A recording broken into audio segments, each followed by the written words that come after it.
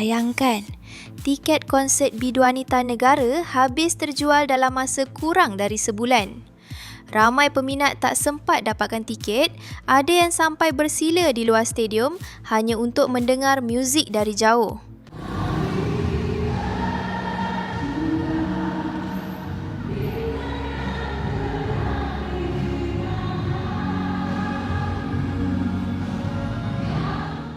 Ini bukan drama, ini real life.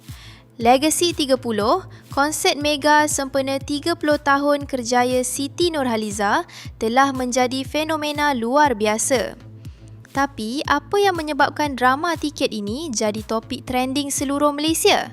Mari kita bongkarkan. Konsert ini menampilkan lagu-lagu hit klasik, beberapa lagu terbaru dan visual pentas yang memukau. Beberapa lagu baru yang dibawakan belum pernah didengar oleh peminat.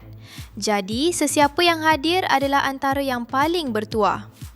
Selain itu, Legacy 30 adalah salah satu konsert terbesar Siti di Malaysia, melibatkan lebih 200 kru produksi, teknikal lighting canggih dan orkestra live band. Ini menunjukkan betapa serius dan megahnya persembahan ini. Tapi bukan semua bernasib baik. Tiket habis dijual dalam masa kurang dari sebulan. Ramai yang lambat tahu, ramai yang cuba beli online, tapi semuanya sold out. Ada peminat yang sampai bersila di luar stadium hanya untuk mendengar muzik dari jauh. Dan video ini menjadi viral. Malah ada juga yang jadi mangsa scam tiket palsu. Mereka fikir sudah ada tiket sah, tapi bila sampai, tiada tiket. Bayangkan perasaan mereka, excitement bercampur kecewa, drama sebenar di luar pentas. Menariknya, fenomena tiket sold out ini bukan baru. Untuk konsert Siti di Singapura beberapa tahun lalu, tiket habis dalam 24 jam sahaja. Jadi, Legacy 30 hanyalah versi lebih besar dari fenomena yang sudah sinonim dengan Siti. Ini bukan sekadar konsert, ini fenomena peminat Siti Nurhaliza. Chop, chop, chop! Sebelum kita sambung kisah yang lagi pedas, kalau korang suka analisis deep macam ni, jangan lupa like, share and subscribe Oi Jom, sumber gosip paling bersih tapi pedas dekat Malaysia. Okey geng, kita sambung. Namun, di sebalik sorakan dan pujian, muncul juga satu isu yang mencuri perhatian netizen. Seorang individu yang dikenali dalam industri penganjuran muzik telah memuat naik komen negatif di media sosial. Komen itu mendakwa konsert tersebut tiada pembaharuan, masih sama dan dianggap membosankan. Walaupun tidak menyebut nama secara langsung, ramai netizen percaya ia merujuk kepada konsert Legacy 30. Kenyataan itu terus mencetuskan perdebatan.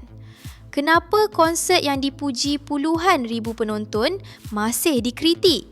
Dan semua mata tertumpu kepada satu soalan.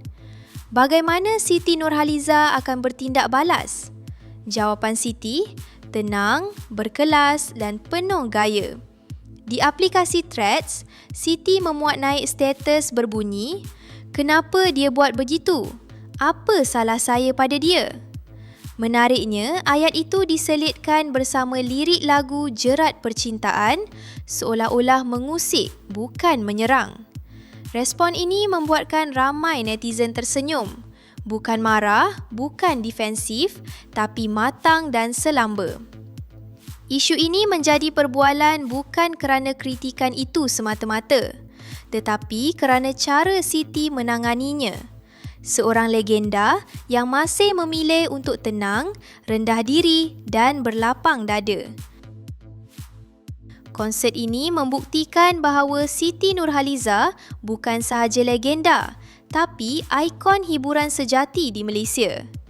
Tapi satu persoalan, adakah anda antara yang bernasib baik dapat tiket atau tidak? Komen di bawah kalau korang salah seorang peminat yang tak sempat. Jangan lupa share, like dan subscribe untuk lebih kisah hiburan.